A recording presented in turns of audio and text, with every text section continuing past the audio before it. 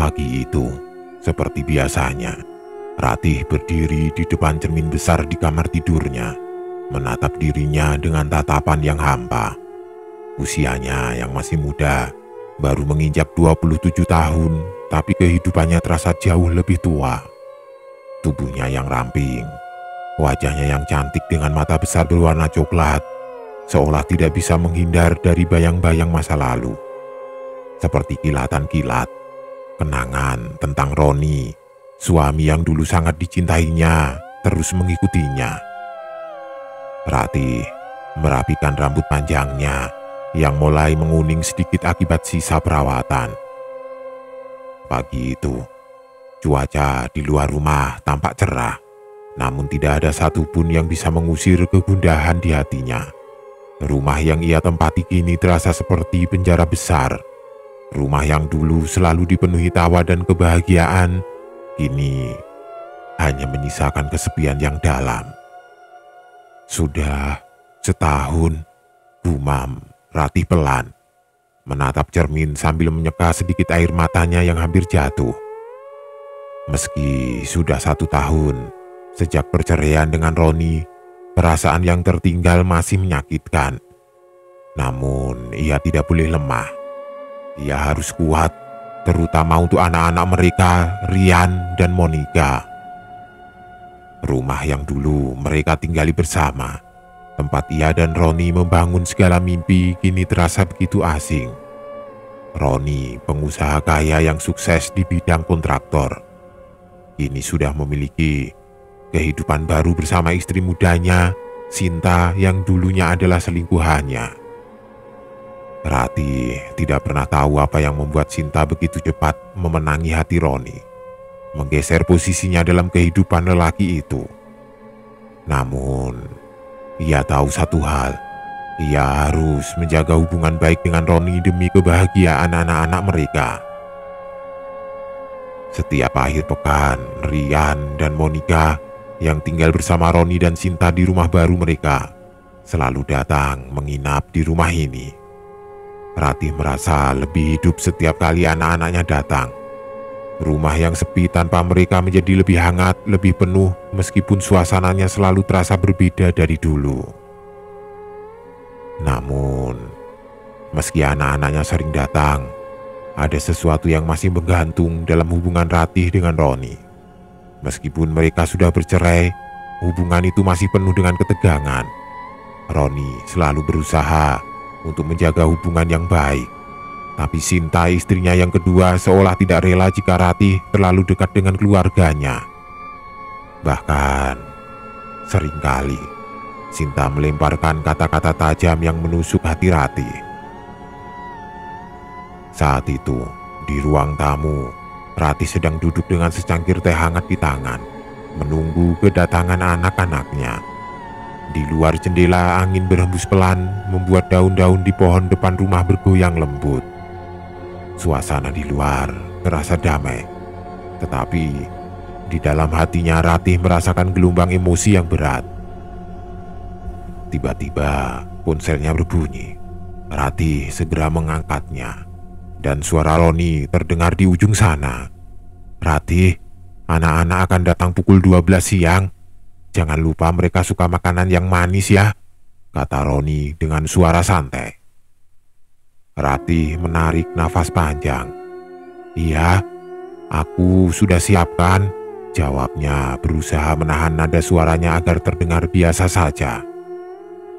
"Baiklah, aku harap mereka bisa menikmati akhir pekannya bersama kamu," lanjut Roni masih dengan nada yang tidak menunjukkan emosi yang dalam. "Terima kasih Roni," Ratih menjawab pelan. Meskipun hatinya terasa sesak, kata-kata Roni selalu terdengar seperti sebuah kewajiban, bukan perhatian tulus.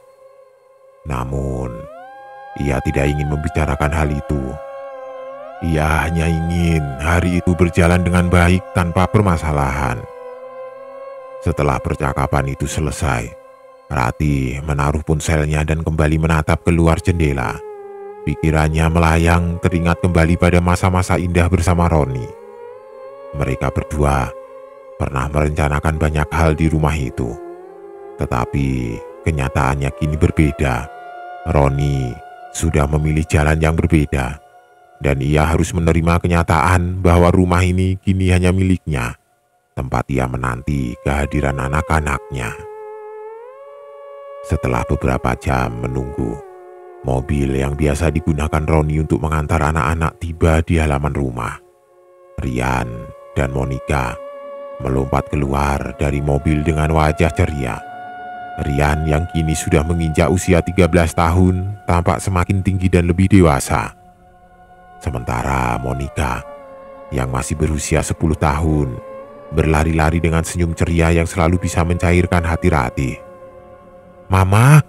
teriak Monica dengan suara manja, lari menghampiri Ratih dan memeluknya erat. Kemudian mereka melambaikan tangan kepada Roni papanya dan Sinta mama tirinya. Tampak dari kejauhan Roni membalas lambaian mereka berdua, tapi Sinta hanya diam saja seperti memasang wajah tidak suka. Dan sedetik kemudian mobil mereka sudah melaju meninggalkan rumah dan hilang di belokan komplek perumahan mewah tempat Ratih tinggal saat ini seorang diri. Ratih tersenyum lembut, memeluk Monica balik.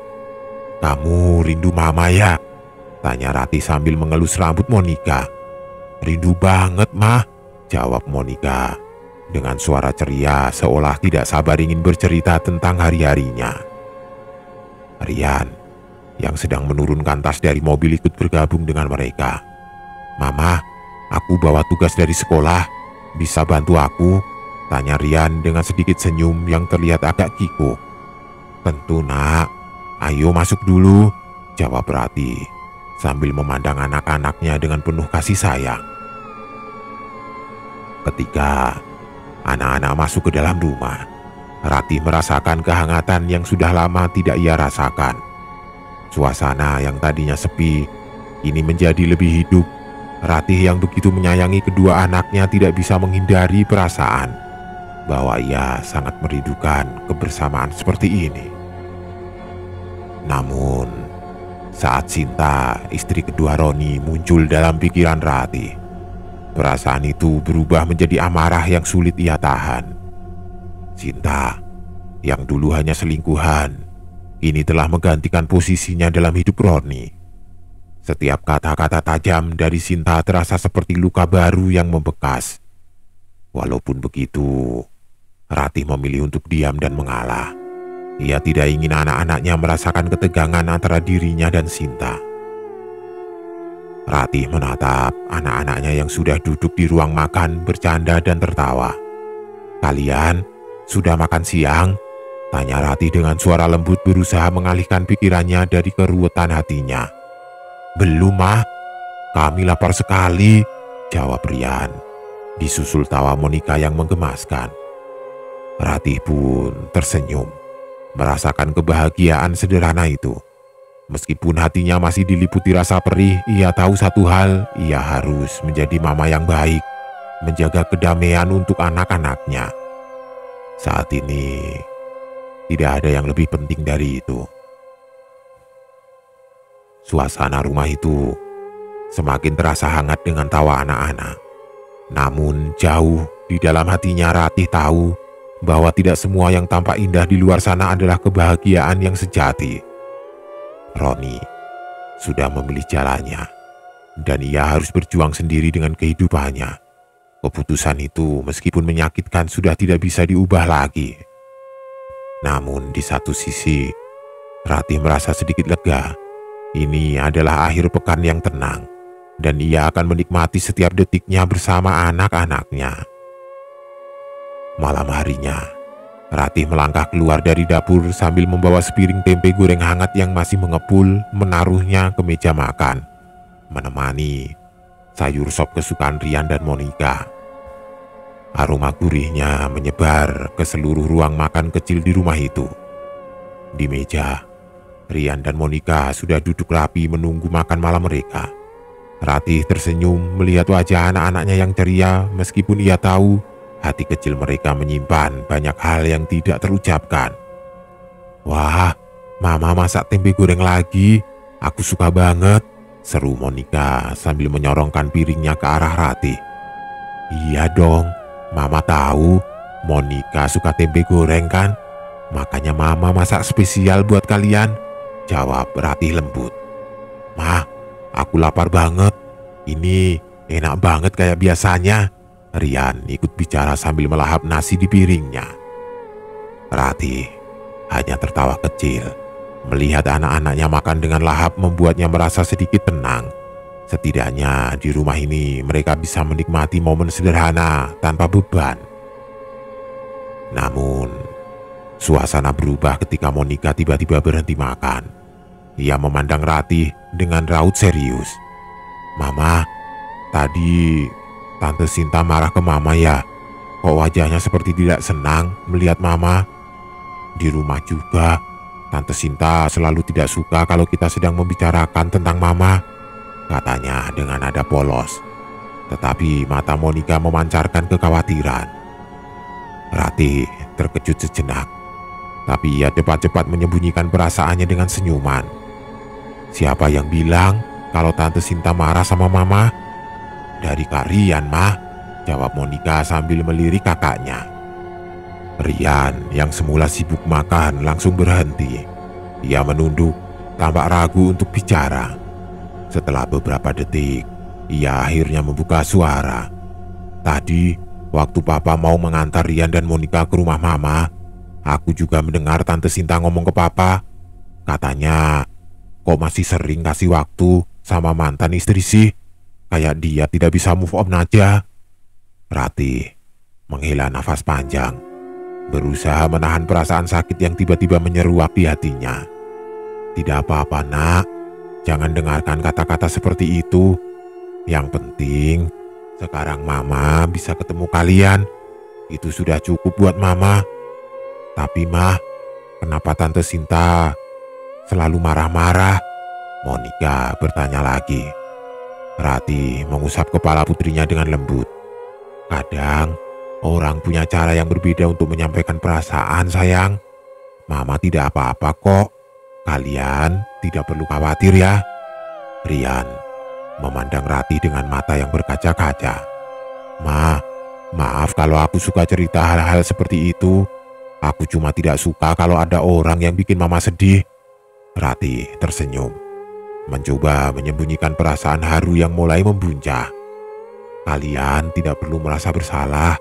Yang penting sekarang kita makan malam bersama ya. Tidak usah memikirkan hal-hal yang tidak penting. Setelah makan malam selesai, Ratih menyiapkan tempat tidur untuk Rian dan Monica di kamar mereka.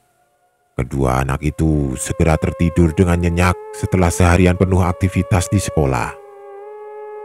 Namun, malam itu Ratih tidak bisa tidur. Ia duduk di ruang tamu kecilnya dengan secangkir teh di tangan. Di luar suara jangkrik mengisi keheningan malam. Dalam diam ia termenung, memikirkan kata-kata yang pernah diucapkan oleh Roni sebelum mereka berpisah. Kata-kata yang penuh janji manis yang kini hanya menjadi kenangan pahit. Ia melirik ke arah kamar anak-anaknya. Rian dan Monica adalah alasan utama ia bertahan. Ia tahu hidupnya kini tidak lagi tentang dirinya sendiri, melainkan tentang memastikan anak-anaknya merasa aman dan dicintai. Meskipun dunia mereka kini terpecah menjadi dua. Semoga kalian selalu bahagia, Nak. Itu saja yang Mama mau, bisik Ratih pelan seolah-olah berharap angin malam membawa doanya ke langit. Sore hari berikutnya, jam 3, ponsel Ratih bergetar di atas meja rias. Namun yang muncul di layar membuat hatinya sedikit bergetar. Roni. Dengan enggan Ratih menjawab panggilan itu. Halo Mas, sapanya pelan. Ratih, aku cuma mau bilang, jangan lupa siapkan barang-barang anak-anak. Aku jemput mereka sore ini jam 5. Suara berat Roni terdengar di seberang. Tidak ada sapaan hangat, tidak ada basa-basi seperti dulu. Iya Mas, jangan khawatir. Semua sudah aku siapkan, jawab Ratih dengan nada tenang. Sejenak, Hanya ada keheningan di antara mereka sebelum Roni akhirnya berkata, "Baiklah, kalau begitu sampai nanti." Panggilan itu pun berakhir. Ratih meletakkan ponselnya dengan hati yang terasa berat. Hubungan mereka kini tidak lebih dari sekedar komunikasi tentang anak-anak. Meskipun begitu, ia selalu berusaha menjaga sikap baik bukan untuk Roni, tetapi demi Rian dan Monica. Sore harinya, Roni datang ke rumah lama mereka dengan mobil hitamnya yang mengkilap. Bersamanya ada Sinta, istri mudanya yang duduk di kursi penumpang depan. Begitu turun dari mobil, Sinta melangkah dengan angkuh ke arah pintu rumah mengenakan gaun ketat berwarna merah yang mencolok. "Ratih, ini anak-anak sudah siap belum? Jangan buang-buang waktu kami," kata Sinta tanpa basa-basi. Matanya menatap Ratih dari atas ke bawah dengan sinis. Ratih menarik nafas panjang, berusaha menahan emosinya. "Sudah siap, Sinta. Aku juga tidak pernah menahan mereka." Roni berdiri di belakang Sinta tampak canggung dengan situasi itu. Dia hanya berkata singkat, "Anak-anak di mana?" "Di kamar, sedang bersiap. Aku panggilkan mereka," jawab Ratih sambil melangkah ke dalam. Tidak lama kemudian, Rian dan Monica keluar membawa tas mereka. "Papa," panggil Rian sambil menghampiri Roni dengan senyum kecil. "Ayo, masuk ke mobil, jangan lama-lama," kata Sinta dingin, tanpa memberi ruang bagi kehangatan keluarga. Rian dan Monica saling bertukar pandang, tetapi akhirnya mereka menurut. Saat anak-anak sudah berada di mobil, Ratih menghampiri mereka untuk memberikan pelukan terakhir. "Hati-hati di jalan ya, Nak. Kalau ada apa-apa, jangan lupa kasih tahu Mama," bisiknya kepada Rian dan Monica. "Iya, Ma. Mama juga jangan sedih ya," jawab Monica sambil memeluk mamanya erat. Ratih tersenyum, meski matanya terasa panas. Ketika mobil itu melaju pergi, Ratih berdiri di depan pintu memandang hingga kendaraan itu menghilang di tikungan. Rumah yang tadinya terasa hangat ini kembali dingin dan sunyi. Dia menutup pintu perlahan mencoba menenangkan hati. Di sisi lain, di dalam mobil, Sinta berkata dengan nada sarkastis kepada Roni, "Kamu lihat sendiri kan, dia selalu berusaha mencari simpati dari anak-anak. Aku tidak heran kalau dia akan terus mencoba membuat mereka lebih memilih tinggal bersamanya." Roni hanya menghela nafas panjang. "Sinta, cukup. Aku tidak ingin memperpanjang masalah ini." Namun, dalam hati kecilnya, Roni tahu bahwa ada kebenaran yang tidak bisa ia bantah. Ratih adalah seorang ibu yang penuh kasih sayang, dan itu membuatnya merasa bersalah. Tetapi dia juga tahu bahwa keputusan untuk bercerai sudah tidak bisa diubah. Ini dia hanya berharap bisa memberikan kehidupan yang baik untuk anak-anak mereka meski keadaan sudah tidak lagi sama. Akhir pekan berikutnya, hari itu terasa lebih panjang dari biasanya. Suasana rumah Ratih yang sebelumnya penuh kehangatan tiba-tiba terasa semakin sunyi setelah anak-anaknya mengungkapkan cerita yang membuat jantungnya berdegup kencang. Rian dan Monica yang sejak tadi sore tertawa ceria kini duduk dengan ekspresi serius di ruang tamu. Mata mereka tampak masih terbayang oleh kejadian yang mereka alami di rumah ayahnya. Di luar, langit mulai meredup. Cahaya senja menyelimuti rumah itu dengan nuansa keemasan yang lembut. Namun, ada sesuatu yang berbeda di antara tawa mereka. Mungkin ini adalah perubahan yang ditunggu-tunggu oleh Ratih, kejujuran yang harus diungkapkan. "Monica, Rian, ada apa? Kalian terlihat tidak seperti biasanya," tanya Ratih dengan nada lembut berusaha meredakan ketegangan yang menghangat di udara. Rian yang duduk di sebelah Monica menunduk. Wajahnya tampak gelisah. "Mah, ada yang ingin kami ceritakan," kata Rian pelan. Suaranya serak seolah beban yang ia bawa terlalu berat. Monica menggenggam tangan Rian erat. Matanya berbinar dengan rasa takut yang tidak bisa disembunyikan. Ratih duduk di depan mereka, merasa ada sesuatu yang tidak beres.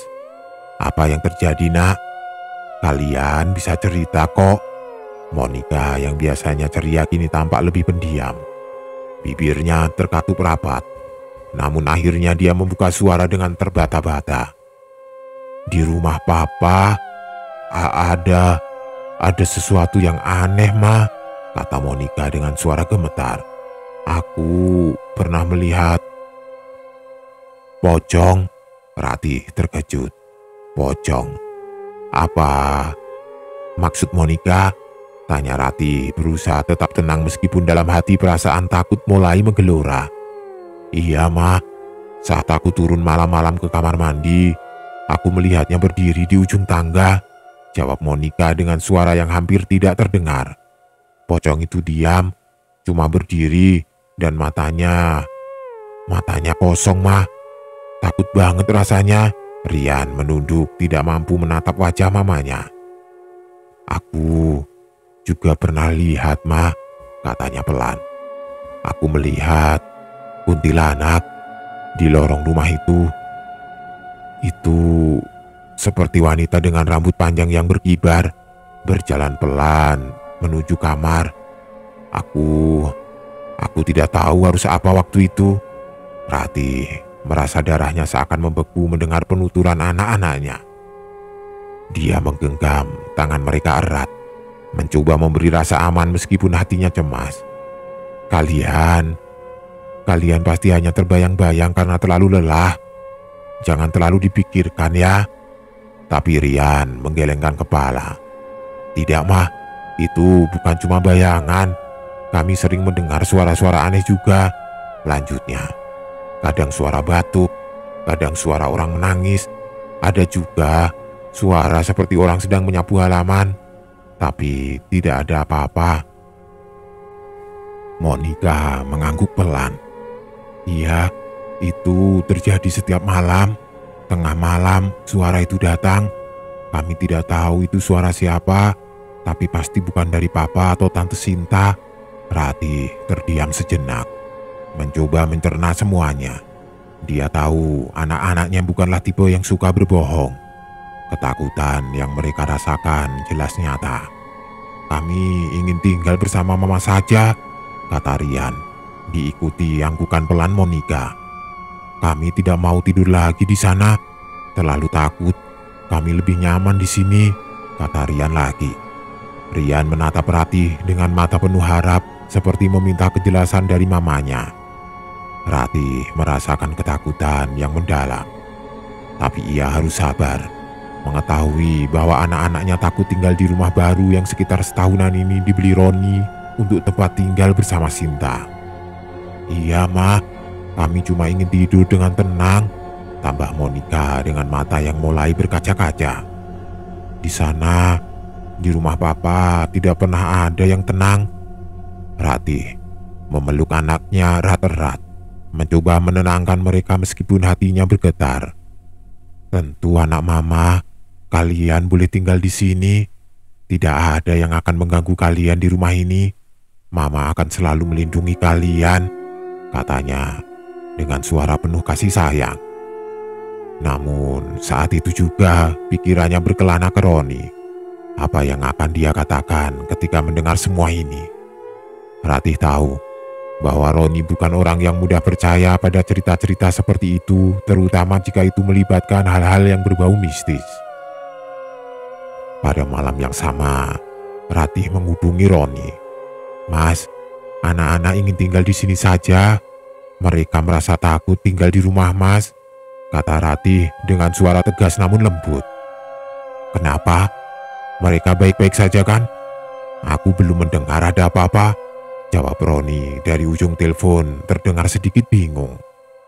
Ratih menarik nafas dalam-dalam.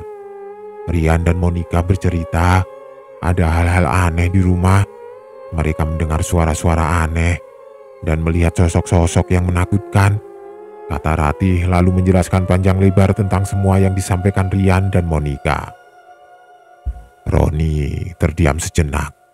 Kuntilanak, pocong, Ratih, kamu serius? Mereka cuma capek saja. Tidak mungkin ada yang seperti itu di rumahku. Ratih merasa sakit mendengar kata-kata itu. Ia tahu Roni tidak percaya, tetapi baginya anak-anak tidak mungkin berbohong tentang sesuatu yang seberat itu. Aku tahu, Mas, kamu tidak percaya. Kamu juga tidak pernah merasakannya. Tapi mereka sangat takut. Mereka tidak bisa tidur dengan tenang. Aku hanya ingin mereka merasa aman. Di sisi lain, Sinta yang mendengar percakapan yang di loudspeaker itu segera merebut ponsel Roni dan tidak bisa menahan emosinya. Sinta langsung bicara dengan nada keras. "Jangan berpikir kamu bisa merebut anak-anak begitu saja, Ratih," teriaknya dengan marah. Wajahnya penuh kebencian. "Semua itu cuma akal-akalanmu saja. Biar anak-anak mau tinggal sama kamu kan?" Ratih terkejut dan merasa perkataan Sinta seperti tamparan keras. "Sinta, aku hanya ingin yang terbaik untuk anak-anak kami. Mereka takut dan aku hanya berusaha menenangkan mereka," jawab Ratih dengan suara rendah, mencoba menahan air mata. Sinta tertawa sinis. "Jangan berpura-pura. Semua itu cuma cerita bohong supaya kamu bisa memisahkan mereka dari rumah ini. Mereka harus tetap tinggal di sini," kata Sinta dengan nada tajam. Ratih berusaha mengendalikan emosinya. "Aku tidak bisa memaksa mereka, Sinta. Kalian mungkin tidak merasakannya, tapi mereka jelas sangat ketakutan." Sinta mendengus kesal, lalu mematikan telepon dari Ratih dengan nafas yang memburu menahan emosi dan kebencian. Sementara itu, di ujung lainnya Ratih merasa hatinya semakin berat. Namun untuk anak-anaknya, ia harus tetap kuat. Ratih hanya bisa berharap bahwa anak-anaknya akan selalu aman dimanapun mereka berada. Namun, ia tahu bahwa teror di rumah Roni adalah hal yang tidak bisa diabaikan begitu saja. Malam itu, rumah Roni terasa lebih sunyi dari biasanya. Cuaca di luar tampak mendung dengan angin yang berhembus pelan membawa udara dingin yang menusuk ke dalam rumah. Sinta terbaring di tempat tidur. Mata terpejam, tetapi tidurnya tidak datang dengan mudah. Pikiran-pikirannya berputar terperangkap dalam kemarahan yang masih merasuk dalam hatinya. Namun, tiba-tiba, Sinta merasakan ada sesuatu yang aneh. Suara langkah kaki yang berat terdengar dari atas rumah. Langkah-langkah berat yang seolah-olah mengiringi malam yang semakin larut. Hatinya berdebar, tubuhnya terasa tegang, dan ia menahan nafas, berusaha memastikan apakah suara itu hanya halusinasi. Plak, plak, plak, plak. Langkah kaki itu semakin jelas, semakin mendekat. Meskipun tidak ada seorang pun yang tampak di lantai atas. Sinta membuka matanya perlahan. Wajahnya terangkat sedikit mencoba melihat ke arah suara itu. Nafasnya semakin berat dan ia mulai merasa ada yang tidak beres. Tiba-tiba, suara batuk yang dalam dan parau terdengar begitu dekat, begitu jelas, seolah ada seseorang yang berdiri tepat di samping tempat tidurnya. Jantungnya berdebar kencang dan pelipisnya berdenyut seiring dengan ketakutannya yang semakin menguat. Sinta memejamkan mata rapat-rapat, berharap suara itu akan menghilang. Namun, saat ia membuka mata kembali, matanya menangkap sosok putih di ujung kamar. Bayangan itu berdiri diam, hanya tampak sebagai sosok yang kabur dan samar seperti penampakan yang sulit dipercaya. Dalam sekejap, bayangan itu menghilang begitu saja, seperti tersapu angin. Namun, rasa takut yang mendalam menggenggam hatinya.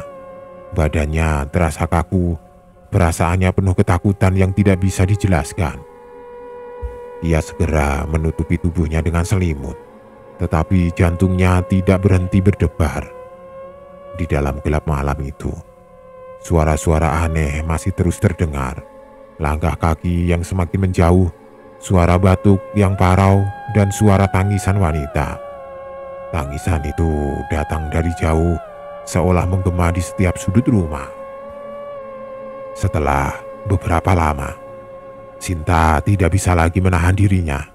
Ia beranjak dari tempat tidur, membuka tirai jendela dan memandang keluar ke halaman rumah yang gelap.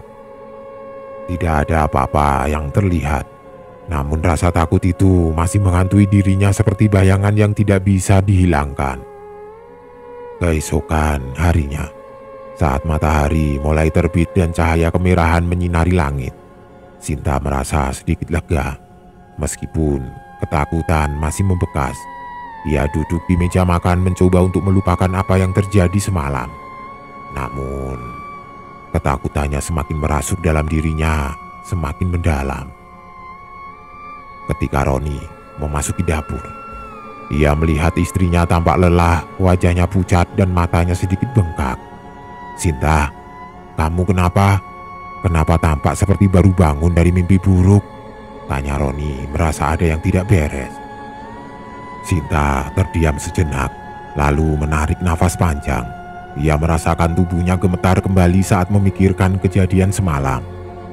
"Roni, semalam ada yang aneh di rumah ini," kata Sinta dengan suara yang masih gemetar, mencoba menahan kecemasannya. "Aku mendengar suara langkah kaki di atas rumah, lalu batuk yang sangat dekat, dan kemudian aku melihat bayangan putih di ujung kamar. Itu sangat menakutkan." Roni mendengus dan menggelengkan kepala. "Sinta, itu hanya halusinasi. Kamu pasti capek atau terlalu banyak pikiran dan terpengaruh dengan omongan anak-anak yang disampaikan Ratih tadi malam. Rumah ini tidak ada yang aneh." "Tapi Ron," Sinta mencoba membantah. Wajahnya terlihat ketakutan, matanya mulai berkaca-kaca. "Suara batuk itu, langkah kaki itu, aku benar-benar merasa ada sesuatu yang jahat di sini." Roni menghela nafas panjang, merasa frustasi. "Sinta, tadi malam kita sudah membicarakan ini. Tidak ada yang salah dengan rumah ini. Coba kamu istirahat yang cukup dan jangan berlebihan dengan hal-hal seperti itu." Sinta merasa takut itu tidak bisa hilang. Ia tahu Roni tidak akan pernah mengerti. Ia tahu Roni tidak akan pernah merasakan ketakutan yang ia rasakan. "Aku tidak bisa begitu saja mengabaikannya, Ron," katanya dengan suara yang pecah. "Aku takut ada sesuatu yang mengganggu kita." Roni hanya menggelengkan kepala, lalu meninggalkan Sinta yang semakin terpuruk dalam ketakutannya. Namun, hari itu teror di rumah Roni belum selesai. Malam harinya sepulang dari menjemput Rian dan Monica di rumah Ratih, Sinta kembali berada di dapur, menyelesaikan beberapa pekerjaan rumah tangga yang tertunda.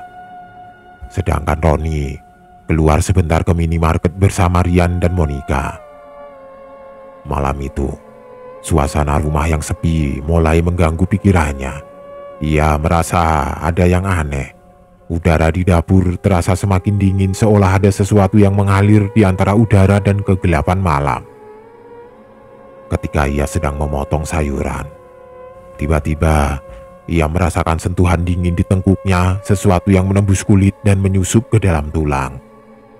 Sinta menoleh dengan cepat, dan di ambang pintu dapur, ia melihat sosok yang sangat ia takuti, kuntilanak. Dengan wajah pucat pasi dan senyum sinis yang mengerikan, makhluk itu berdiri tegak menatapnya dengan mata yang kosong dan penuh kebencian. Tubuh Sinta gemetar hebat, detak jantungnya semakin cepat. Seperti terjebak dalam mimpi buruk, ia tidak bisa bergerak. Sosok itu hanya tersenyum, wajahnya semakin mendekat dan bau busuk mulai menguar. Dengan sekuat tenaga, Sinta berlari keluar dari rumah, terengah-engah dan gemetaran. Tanpa menoleh ke belakang, ia berlari sejauh mungkin menuju halaman yang gelap. Setiap langkahnya terasa berat dan pikirannya hanya dipenuhi oleh satu hal: selamatkan dirinya dari makhluk itu. Roni yang sedang duduk di ruang tamu sepulang dari minimarket terkejut melihat istrinya berlari ketakutan dari arah dapur. Ia bergegas berdiri dan menyambut Sinta yang masih terengah-engah. "Sin, apa yang terjadi? Kamu kenapa?" tanya Roni cemas. Sinta hanya bisa menangis dan menunjuk ke dalam rumah. Suara tangisannya pecah. Itu dia, kuntilanak. Dia ada di dalam rumah kita," teriak Sinta, hampir tidak bisa berkata apa. Roni memandang Sinta dengan mata kebingungan. "Apa? Kamu harus berhenti dengan cerita-cerita seperti itu. Tidak ada apa-apa di dalam rumah," jawabnya. Suaranya keras mencoba menenangkan Sinta. Namun kali ini meskipun Roni tidak ingin mengakui apa yang terjadi, rasa takut mulai merayap ke dalam dirinya. Ia menatap rumah mereka dengan penuh keraguan. Entah apa yang benar-benar terjadi di dalam sana. Tetapi Sinta, yang hampir tidak bisa bernafas karena ketakutannya, tetap bersikeras. Dan malam itu mereka berdua tidak bisa tidur nyenyak. Teror yang mereka hadapi mulai menampakkan wajahnya yang nyata. Hari-hari berlalu, dan rumah Tony semakin terasa seperti penjara yang penuh dengan ketakutan. Teror yang mencekam semakin kuat, tidak bisa diabaikan. Setiap malam, suasana rumah yang sepi dan sunyi itu menjadi semakin gelap dan menakutkan. Angin yang berhembus kencang membawa suara-suara aneh yang bergema, seperti desiran lembut yang menyelip di antara dinding rumah. Sinta, yang sebelumnya menutup mata terhadap kenyataan, kini mulai merasa bahwa ada yang tidak beres. Monica, yang tidur di kamar sebelah, sering terbangun tengah malam. Matanya terbelalak, tubuhnya kaku, dan jantungnya berdetak kencang. Ia sering mendengar suara tangisan yang datang dari tempat yang tidak jelas, seolah berasal dari ruang yang tidak tampak. Setiap kali ia membuka mata, ia melihat sosok putih yang berdiri dekat jendela. Pocong. Sosok itu menatapnya dengan tatapan kosong yang mengerikan. Dalam kegelisahan yang mencekam, Monica mencoba menutup matanya dan menyelimuti tubuhnya rapat-rapat, berharap semuanya hanya mimpi. Namun, suara tangisan itu terus mengganggunya, tidak pernah berhenti. Setiap malam, kengerian itu datang lagi seperti bayangan yang tidak bisa dijauhkan. Suatu malam, Rian yang biasanya berani juga mulai merasa ada yang aneh. Ia berjalan menyusuri lorong yang gelap, langkahnya pelan dan matanya terus melirik ke kanan dan kiri.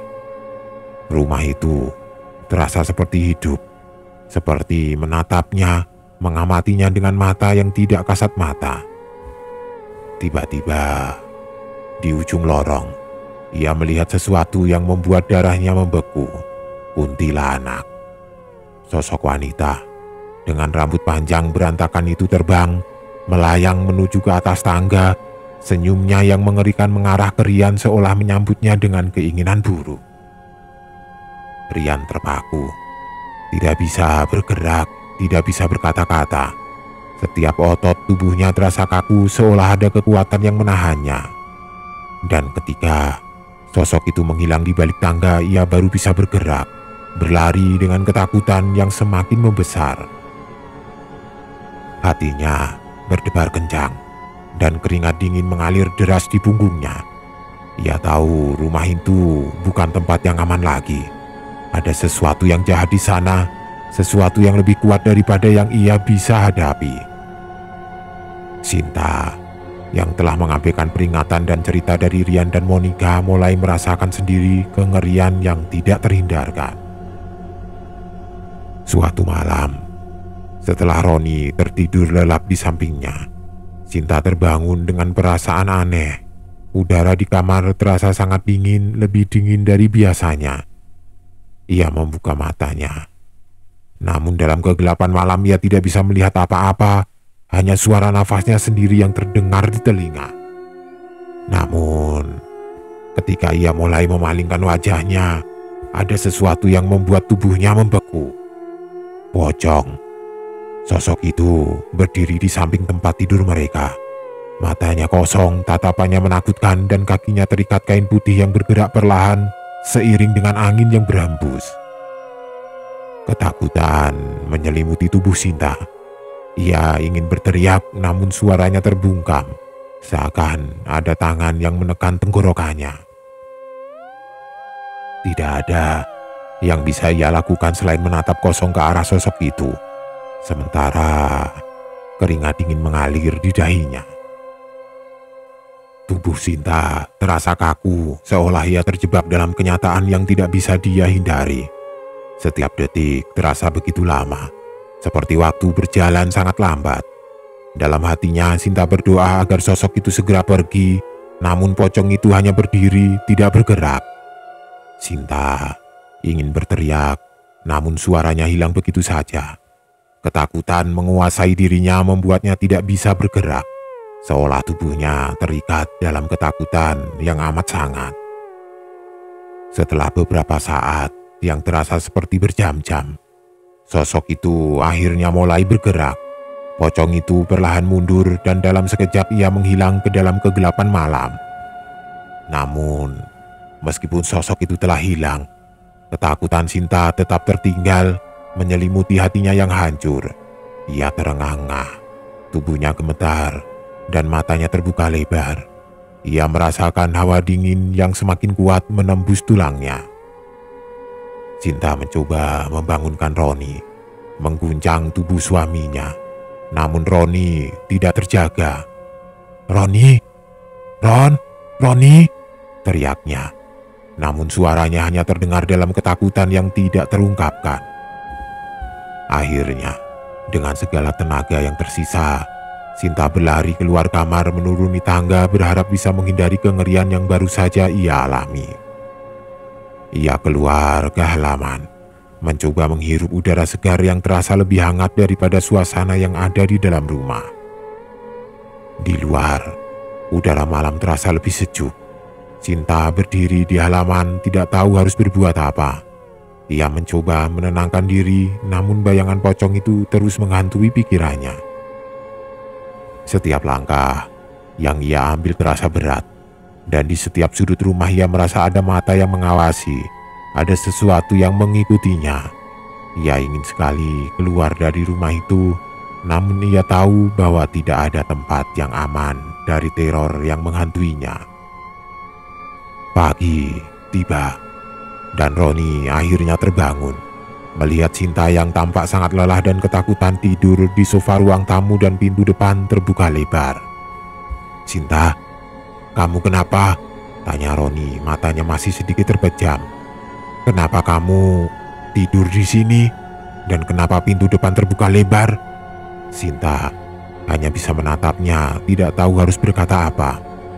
"Roni, ada sesuatu yang salah dengan rumah ini," jawabnya dengan suara yang hampir tidak terdengar. Aku tidak bisa tinggal di sini lagi." Roni menggelengkan kepala, mencoba meyakinkan istrinya bahwa itu semua hanya imajinasi. "Sinta, kamu hanya lelah, itu semua hayalan. Tidak ada yang aneh di rumah ini," ujarnya dengan suara yang terdengar tenang, meskipun sedikit ragu. Namun, Sinta sudah tidak bisa lagi menahan ketakutannya.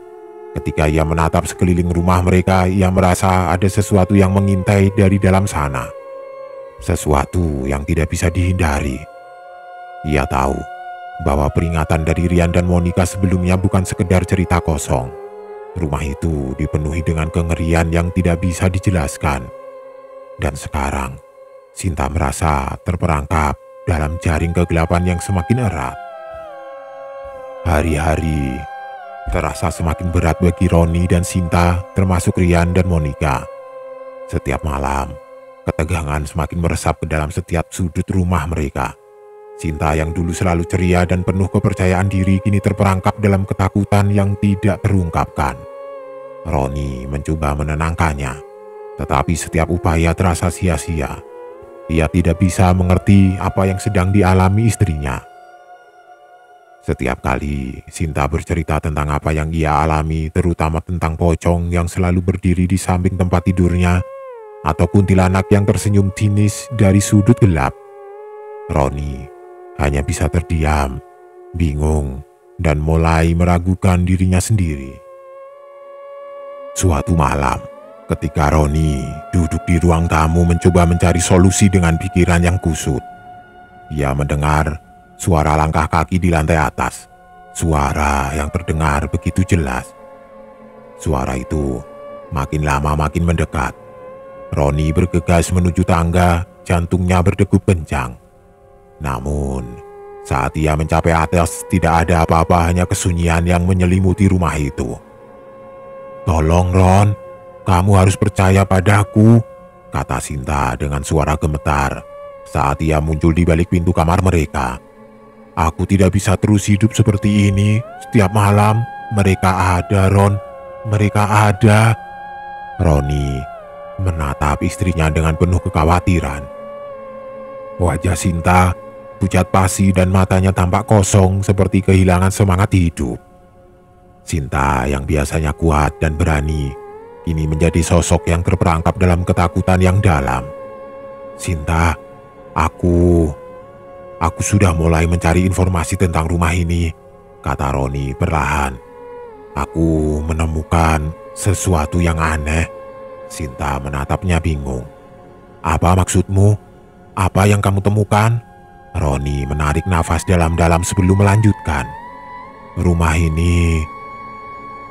ini memang terkenal angker. Penghuni sebelumnya mengalami hal yang sama. Mereka juga diganggu oleh makhluk-makhluk itu. Kuntilanak dan pocong yang kamu lihat, mereka bukan halusinasi. Mereka adalah roh yang tidak tenang, Sinta. Sinta terdiam. Mulutnya terbuka sedikit. Beberapa detik kemudian air mata mulai mengalir dari matanya. "Kenapa kita harus tinggal di sini? Kenapa kita tidak pergi sekarang juga?" Roni merasa remuk. Ia mengerti perasaan Sinta, namun ia juga merasa terjebak oleh keputusannya sendiri. Rumah ini adalah simbol kesuksesan bagi Roni. Rumah baru yang megah, mewah, dan mahal yang dia beli setelah bercerai dan memberikan rumah lamanya kepada Ratih. Yang dia beli dengan segala jerih payahnya. Rumah yang dia banggakan. Tetapi kini rumah itu hanya memberikan ketakutan dan penderitaan bagi keluarganya. "Maafkan aku, Sinta," kata Roni dengan suara yang hampir tidak terdengar. Aku tidak tahu harus bagaimana. Aku baru mulai menyadari apa yang terjadi. Kita akan pergi dari rumah ini. Rumah ini akan kita jual." Keputusan itu terasa berat. Roni tahu bahwa rumah ini adalah simbol kebanggaannya.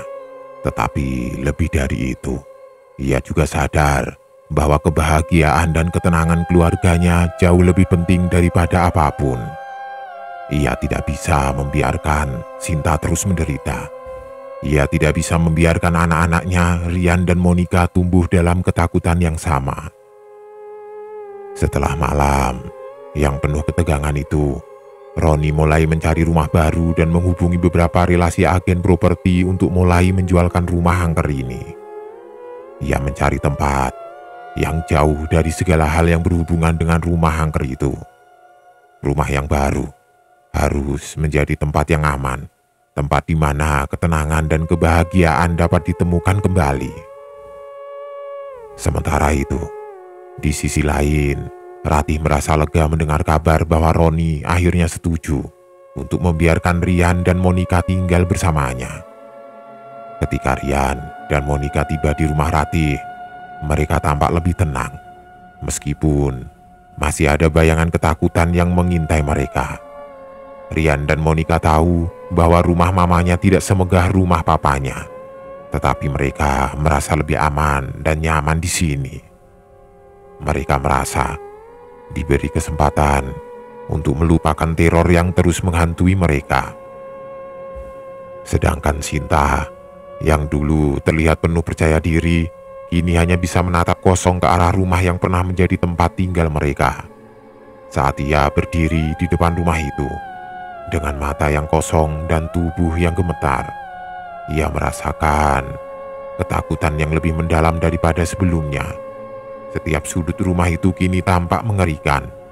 Setiap ruang di dalamnya dipenuhi oleh bayangan yang menakutkan. Ia merasakan sesuatu yang tidak bisa dijelaskan, seolah-olah rumah itu masih hidup, mengawasi dan menghukumnya. Sinta kini hanya bisa hidup dengan bayang-bayang ketakutannya. Setiap malam ia terbangun dengan tubuh gemetar, terbungkus ketakutan.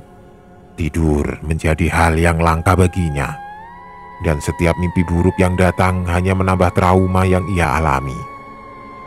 Dalam kesunyian malam, hanya ada satu suara yang selalu mengikutinya. Suara langkah kaki yang berat, suara batuk, dan suara tangisan yang tidak pernah berhenti. Kini, Sinta tidak hanya dihantui oleh makhluk-makhluk itu, tetapi juga oleh kenyataan bahwa ia tidak bisa melarikan diri dari rasa takut yang mendalam. Ketakutannya menjadi bagian dari dirinya, dan ia tahu bahwa ia tidak akan pernah bisa melepaskan diri dari bayang-bayang rumah itu.